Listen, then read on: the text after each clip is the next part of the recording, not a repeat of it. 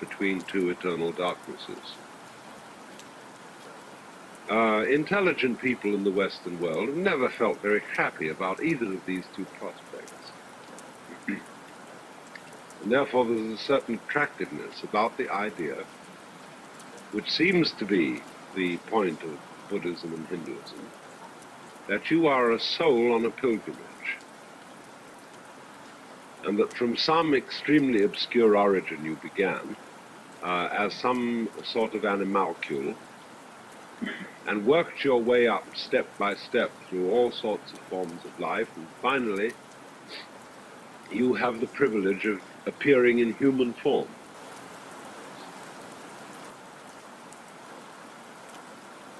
And once you've got there, you have an opportunity to develop to the highest spiritual position. You must remember that according to both Hindu and Buddhist doctrines, the human form is a very privileged position.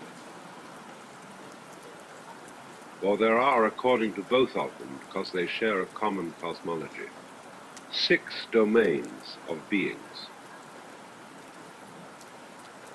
And if you visualize the wheel of life with its 6 divisions, at the highest, top division, there is the realm of the Deva. Deva is a word from which we get the word divine, and equally the word devil. The Deva means, though, originally a god, or more correctly, an angel. Angel is a better Western translation of Deva than God. Immediately opposite the Deva world, at the bottom of the circle, there is the Naraka world of beings in torment, of the absolute, this is the dimension of the world which is the screaming mimes, which is experience in the form of horror. The Deva world is the experience of being in the form of bliss. And between these two poles there are all kinds of ranges. There are, for example, the Asuras next to the Devas, going clockwise around the wheel. And the Asuras are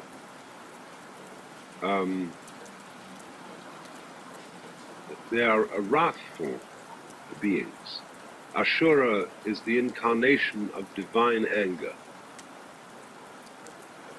Then next to the Ashura going around are the animals, all animals whatsoever. Then again we get to the Naraka at the bottom, the place of the purgatory, we'll call it. Then coming up again, there's the world of the Preta, who are frustrated beings. And they're represented iconographically as having very large bellies and very tiny mouths. That is to say, an immense appetite with very little means of satisfying. They're a sort of spiritual bottleneck. And then coming up between the Pretas and the Devas is the world of the humans. And this is understood to represent a sort of middle position. You can be liberated from the human state because the Devas are too happy to be liberated, the Asuras too furious, the animals too dumb, the Narakas too tormented, and the Pretas too frustrated. You need not take this as a literal account of various kinds of being in the universe. You can take them simply as a depiction of various states of the human mind, of the moods you can go through. They're all really in your own head, as we shall see later on about many other things. But these are the 6 worlds of Hindu and Buddhist cosmology, and the notion is that one reincarnates again and again through the 6 worlds. This is the popular idea. In other words, if you live this human life in a bad way and you become angry, if you devote your life to fury, you'll be reincarnated as an Ashura. If you devote your life to merely living for back and belly, you'll be reincarnated as an animal. If you are horribly cruel to people and so on, you'll be reincarnated as a Naraka, and so on all around. But on the other hand, if you do good things, in the course of your karma, you will be reincarnated in the Deva world, or in better and better situations in the human world.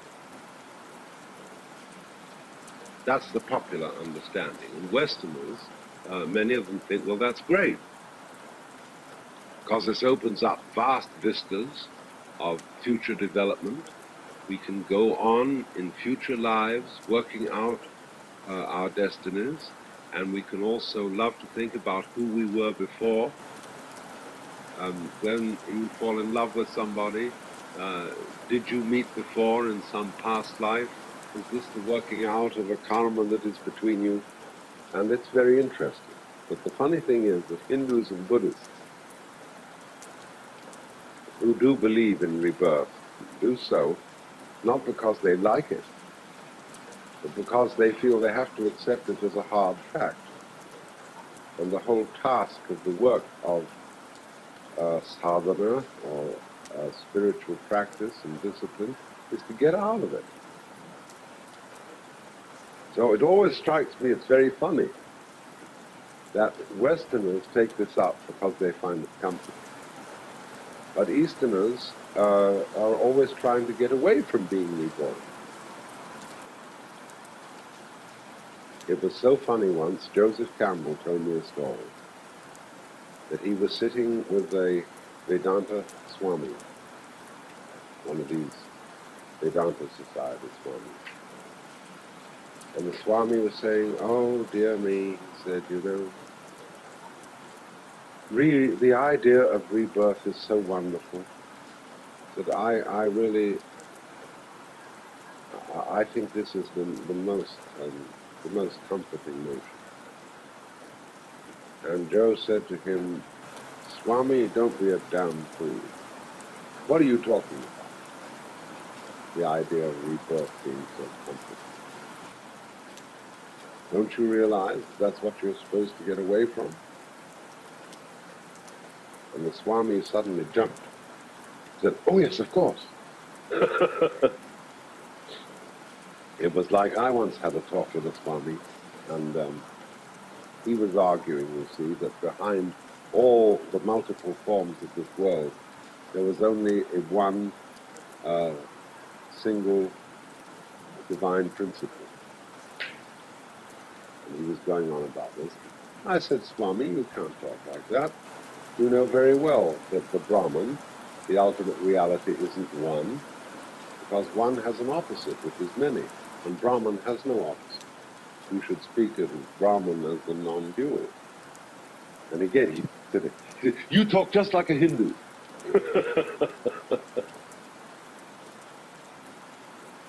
They're funny, you see, because these Swamis have accepted an enormous amount of Western feeling. And the British were responsible for occupying India so long and perverting its tradition.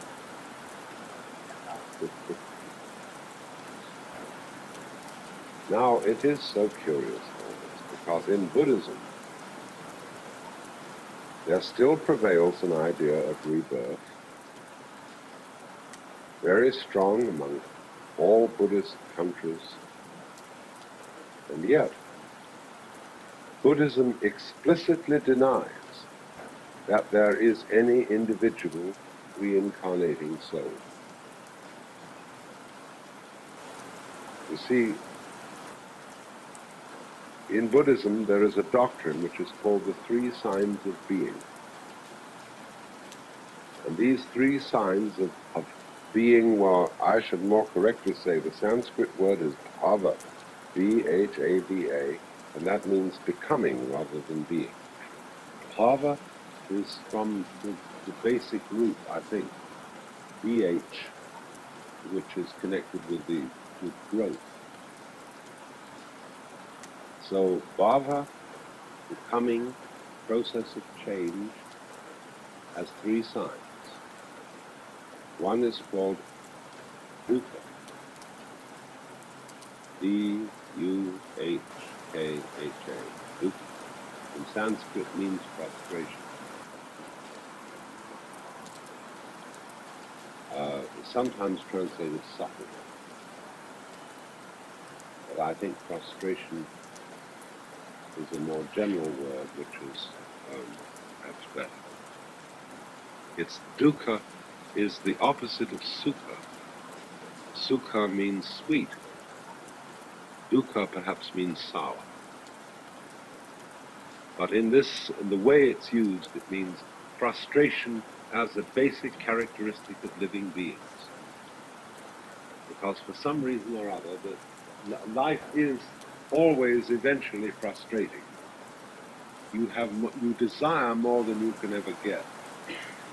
You overreach the possibilities. And so to every being, death comes as a collapse and as something unfortunate. The next sign of being is called anitya, A-N-I-T-Y-A in Sanskrit. Anitya, which means impermanence. The opposite word being nitya, eternal. So anitya is everything is in flux. And finally, anatman, A-N-A-T-M-A-N, anatman, which means that nothing has its own soul. Now that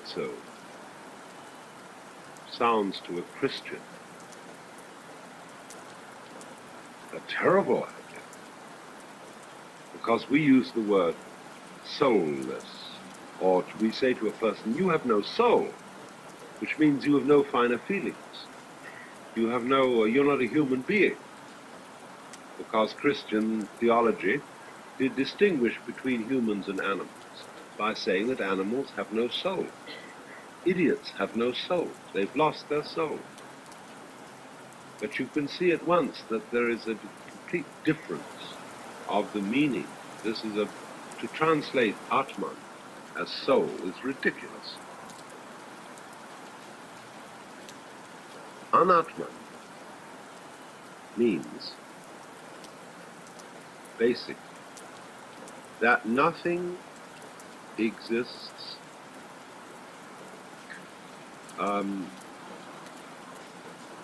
well, there's another word in Sanskrit you have to know, svabhava, S-V-A, that means oneself or one's own, same as the Latin suus, because the V becomes the U. Sva, bhava, bhava, becoming again, your own becoming. Or sometimes it's called your own nature or self-nature.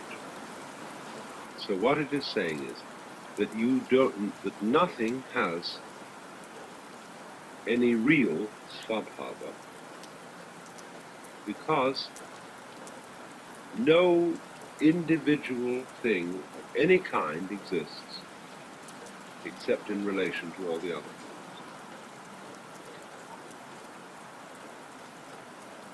In other words, you are what you are only because of your relationships to everything else.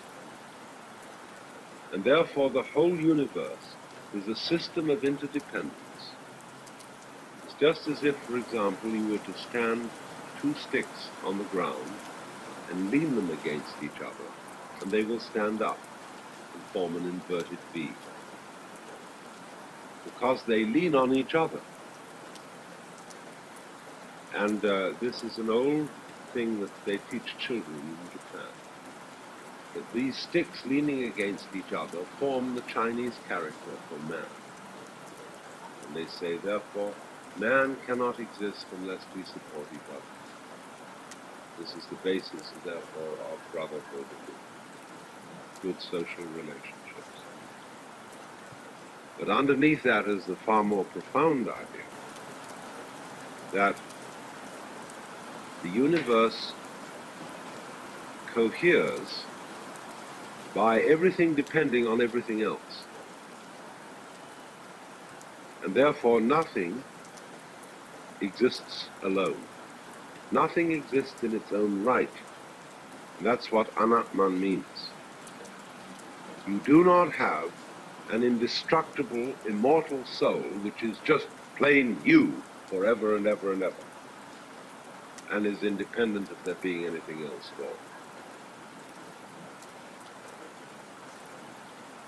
Also, though, this does go along with the idea that there is not some kind of gaseous spook, some kind of etheric double, astral body, what have you, which outlasts the existence of the physical body and migrates to the next incarnation. So it has always been a puzzle for Buddhist philosophers to explain how they can at once believe in reincarnation and at the same time deny the existence of an individual spook which is independent of the physical frame. And the most subtle discussions in all Buddhist literature range around this puzzle. The most important text in early Buddhism is a book called The Questions of King Milinda. This is the Greek Menander. He is a king in the succession of Alexander the Great, who ruled in Alexander's Eastern Empire and had long conversations with a Buddhist sage by the name of Nagasena. And Nagasena tries to explain to the king how there can be rebirth without anyone who is being reborn. So this is the problem which we address these times. How can there be a continuing process without anything carried along?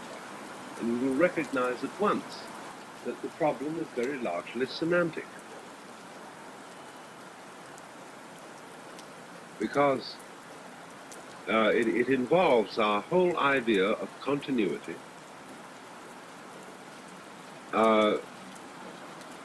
What, for example, do you mean by a wave?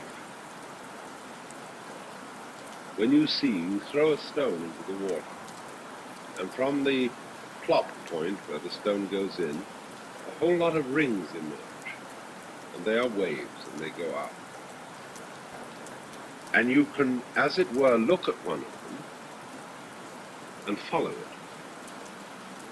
And you say, I am watching a wave. But what is a wave? You know very well that the water itself, no volume of water, no specific volume of water is moving outwards from the place where you drop the pebble. The water is staying quite still so far as lateral motion is concerned. But the water is moving up and down.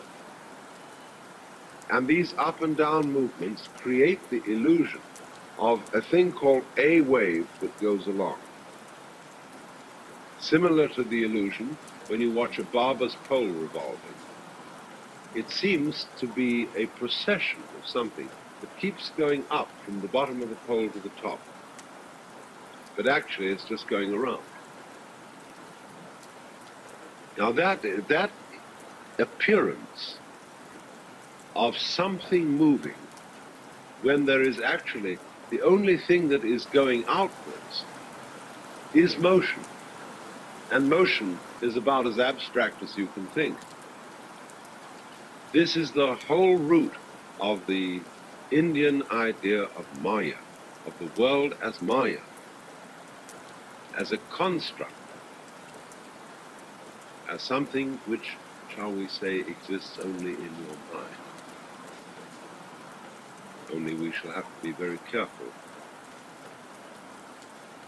what we mean by that. And I'm going to come to that later on.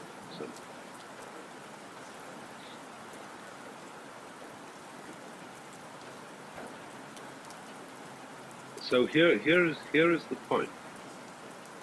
You are delivered from rebirth, this being the purpose of the spiritual disciplines of Hinduism and Buddhism. As soon as you are relieved of the illusion that something is going on,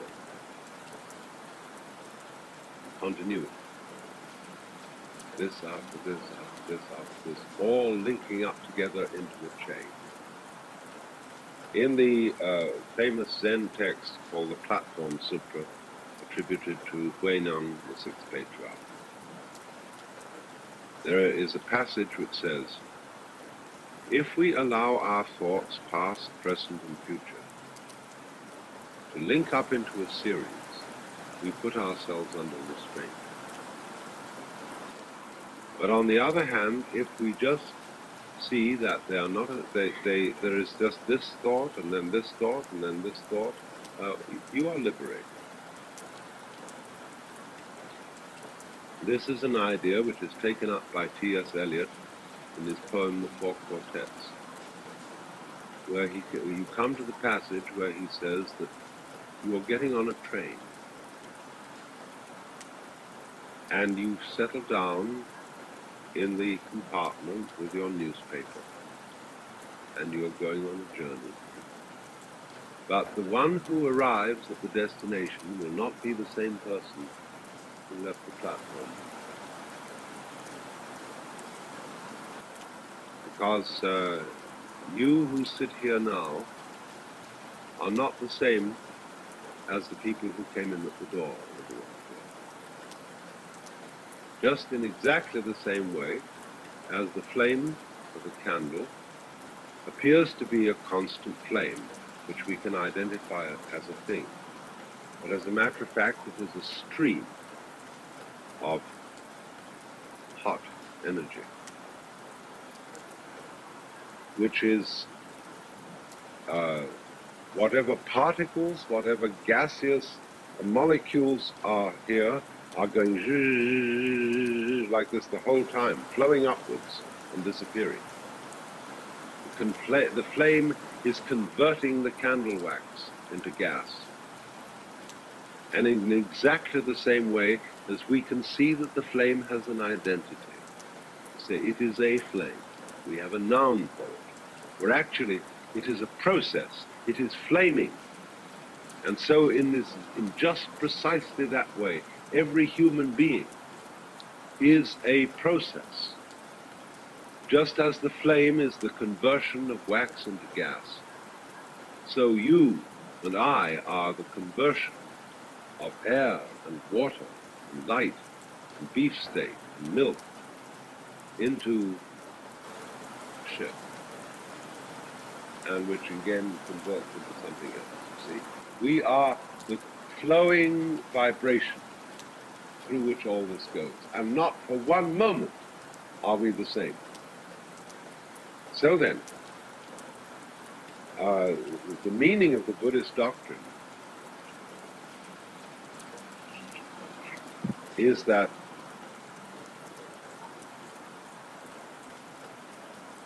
you who live today are never going to die. Because the one that's going to die will not be the you before now. And likewise, the one that's here now was never born. It goes like this. It is explained by Dogen, who was a most fabulous Zen philosopher living around 1200 AD, when he said,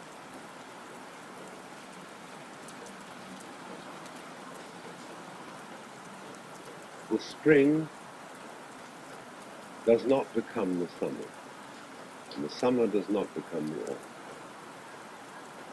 No one would say that spring becomes the summer. There is spring, and then there is summer.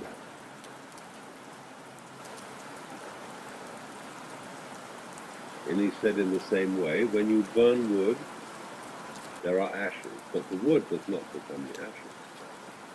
There is wood, and then there is ashes. Each is,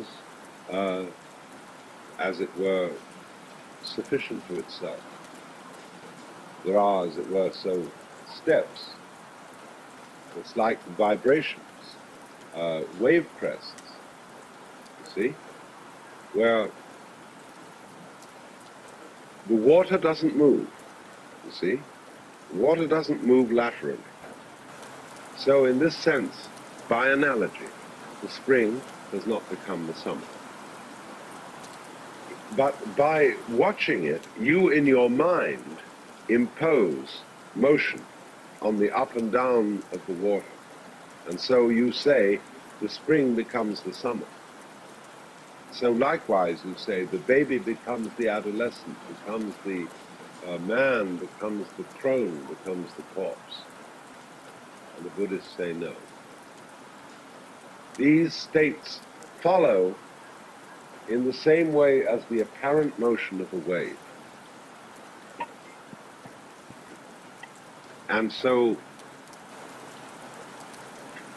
the word to the wise is, live the moment you're in.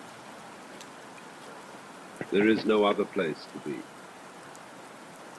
You will not die, and you were never born.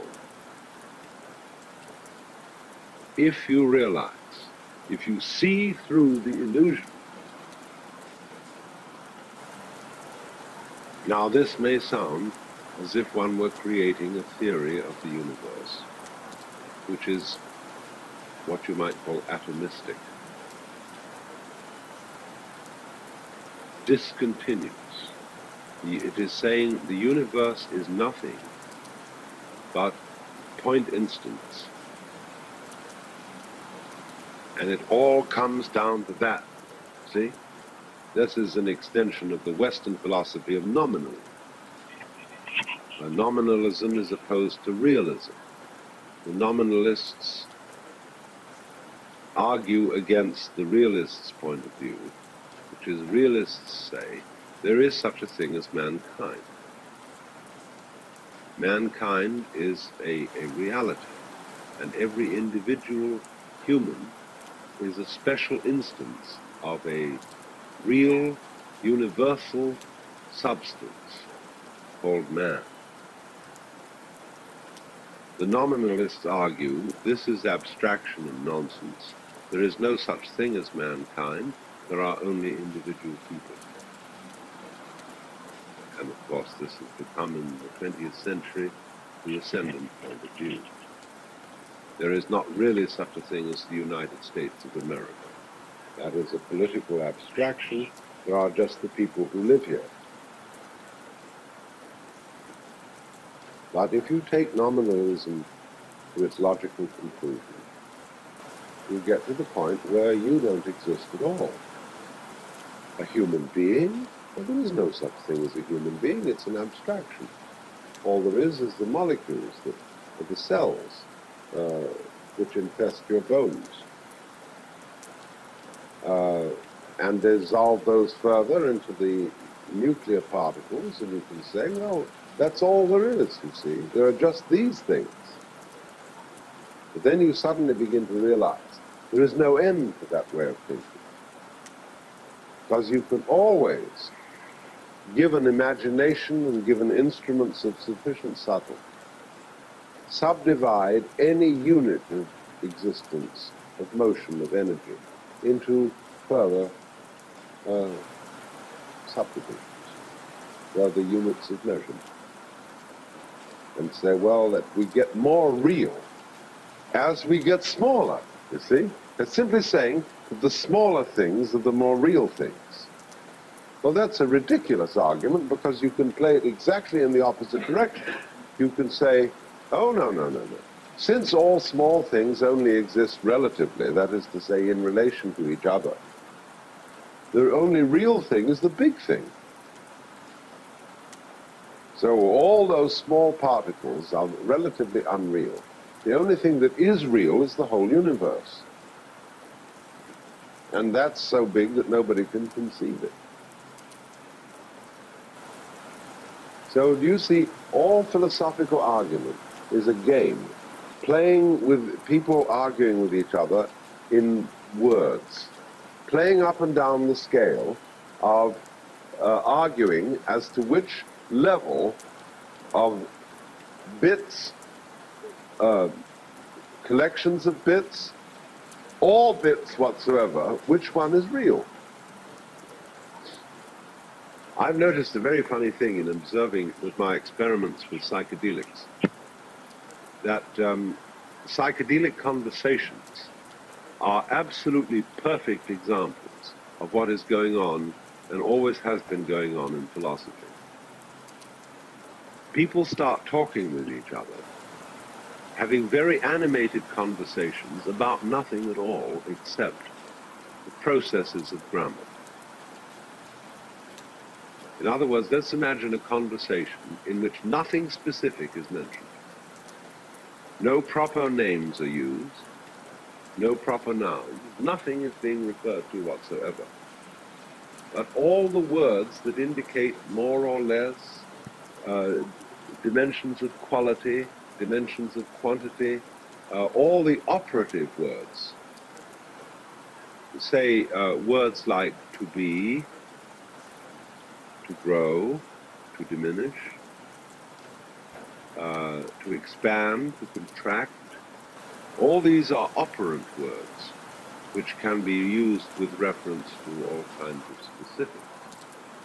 But they get into conversations where all specifics are dropped out and only operant words are used. And they dance with each other by using these kinds of words. And philosophers are doing exactly the same thing. Philosophy is an intellectual dance of a game that we play, just like it might be Go, or it might be chess, or checkers, or poker, where we take these abstractions, the set of cards, 52 to the deck, and we play numbers and orders against each other. See? But philosophers do just the same thing in all their arguments.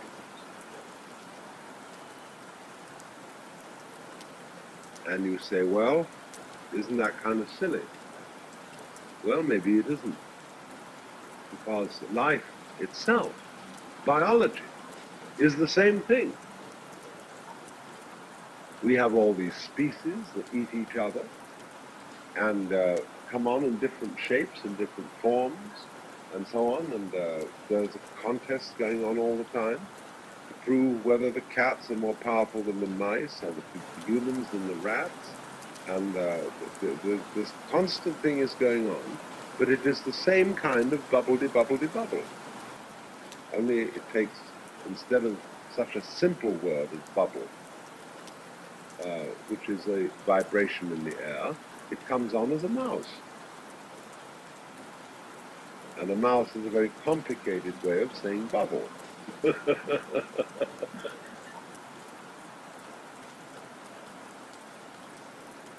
And so in all this, you see, when you get a game going of this kind,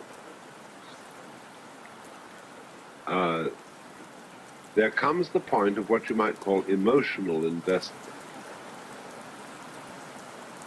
When you feel that the outcome of this particular feature in the game is urgent. See, this matters. And do you see that that's what we mean by matter? The word matter, meaning something substantial, something material, also means important. It matters. And it's up to you what you think matters. We teach our children what matters, what's important for them to learn. And we teach them basically that it's important to live. You must go on. That's terribly important. When you get a schizophrenic child or a Mongolian, so-called Mongolian idiot, these children don't realize that it's important for them. They don't give a damn. And they are very happy. But from our point of view, incompetent, unadapted to society, useless, because they don't understand why it's necessary to go on living. They're just going to have a ball where they are. And generally what we would say, goof off. And in a way, every being in this world is torn between going on and goofing off. We feel that's the basis of our distinction between work and play. Play is everybody needs some time to goof off. But they must go back to work because you've got to farm and fish and manufacture and produce so that you can go on. But when you see you have this terrifying urgency to go on and feel you must, this is important, this matters, we screen out of our consciousness the fact that this is our own volition and our own gain. Because we are captivated by the illusion of the necessity and the importance. Going on, keep other people going on, keep children going on, keep this thing up.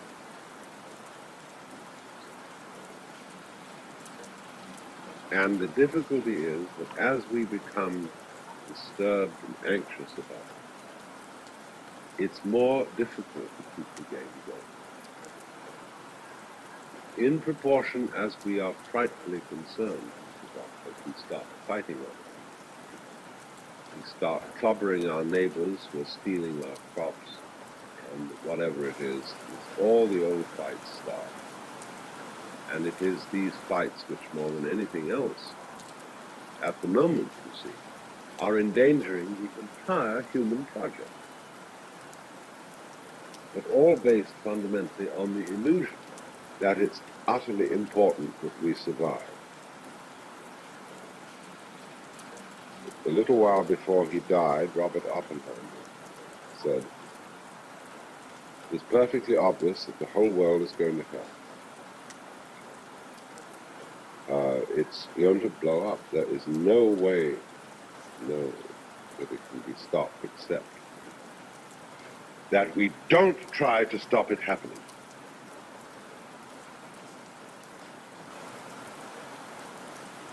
Because you see the panic. What's going to happen if this bomb goes off? This, more than anything else, will make it go off.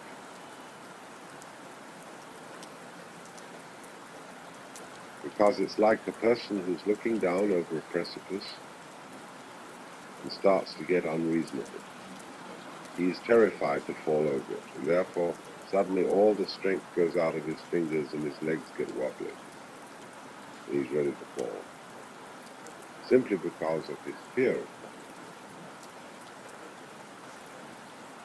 But you see, in all this, what underlies is the illusion that I am going on, that I constitute a real continuity from this moment to the next moment, to the next moment, to the next moment. What are you afraid of losing when you die? Why? All the capital you've acquired during your life, the experiences, the friends, the status, the skills, everything that you remember would be destroyed ordinarily when you die. And that's what, in other words, we are afraid of losing the past. Now it's perfectly obvious to me that when you die, yes, everything that you've acquired as an individual and stored in your brain is dissolved and distributed. But at the same time, it is equally obvious that you are not going to, that when you die, there won't be, following the moment of death, everlasting nothingness. That would be as ridiculous as to suppose that you're going to immediately to heaven and join the saints and angels. The point is that when you die, you're always reborn de novo. That is to say, just as you were before. When you came into this world, there gradually arose into being the sensation of I. And it stays there a while, it goes through a development, and then it drops off.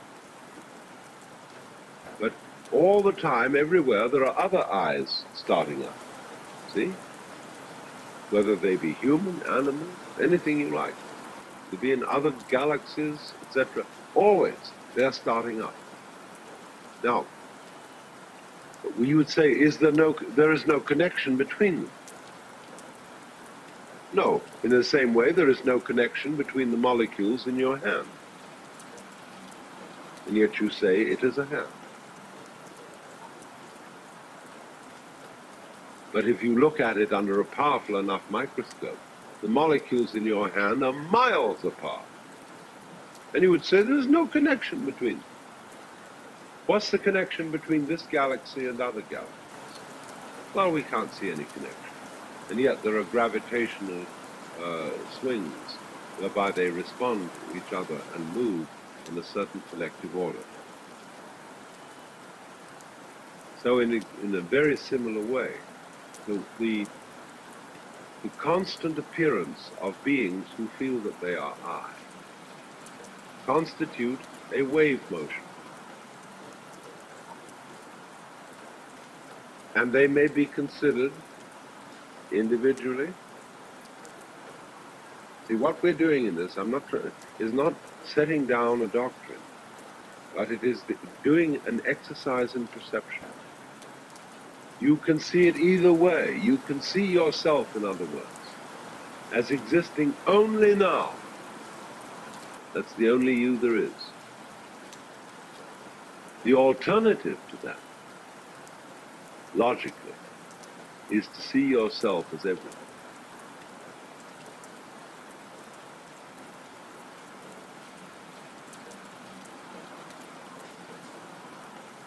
Either it must be that you exist, bingo, like that. You're a point instant, bong. You know, if you go in the film or auditorium and dance, they turn on the stroboscopic light, going very rapidly, brilliant light, on and off, on and off, on and off, on and off. And it seems that everybody is all the time going in and out of existence. See? Now, in a way, that's a kind of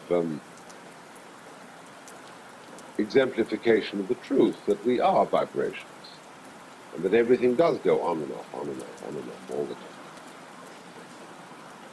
So the only real thing is the moment of on, where you are now. Got it? Lost it. Got it? Lost it. Got it? Lost it. See? That's the only thing that's real. That's one pole. The other pole is the view that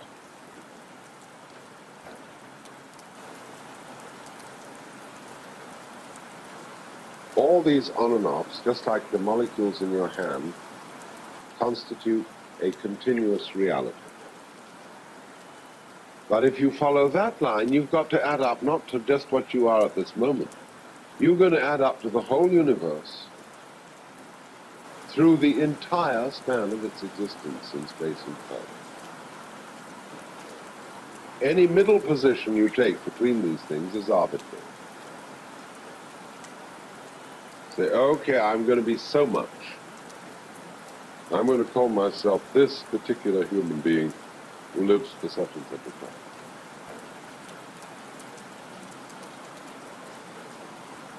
Okay, that's the way you want to play the game. Those are the rules you've been told. And if you want to get attached to that and hung up on that, you're going to say that matters. And so you feel material.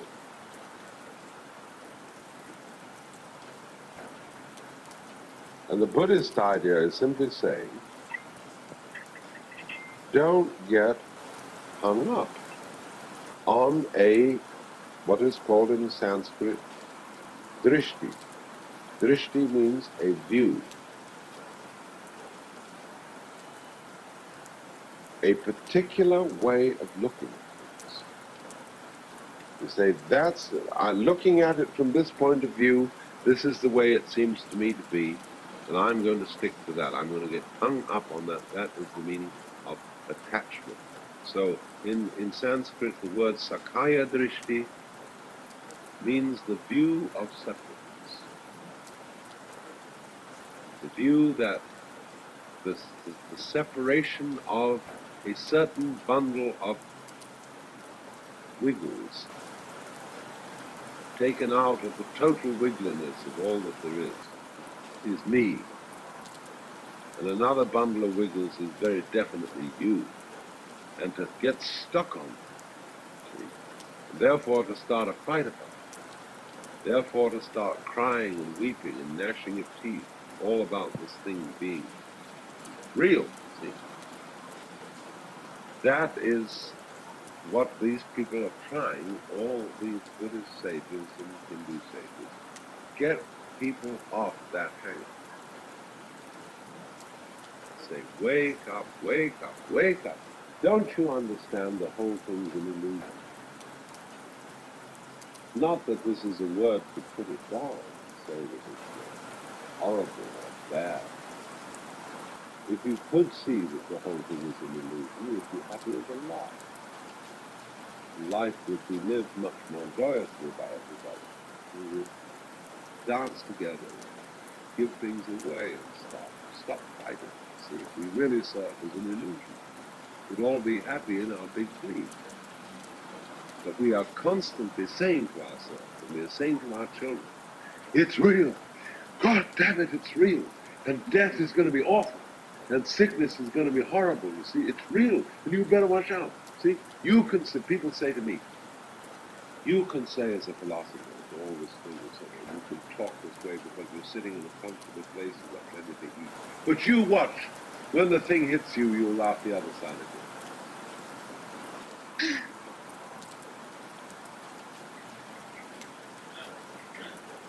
Well, I don't give a damn. When it happens, it'll happen. But it's not happening now. And what I'll do when it does happen is the sufficient unto the day is the trouble. As if you let yourself be free to react as nature dictates when catastrophe falls, you'll be okay. But if you go through your whole life standing in a state of preparation for catastrophe, and you know what's going to happen,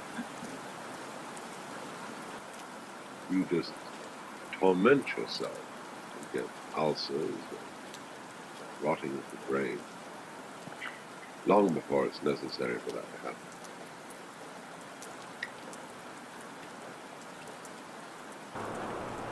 And you say, who's in charge around here? Well, nobody's in charge. There never was anybody in charge.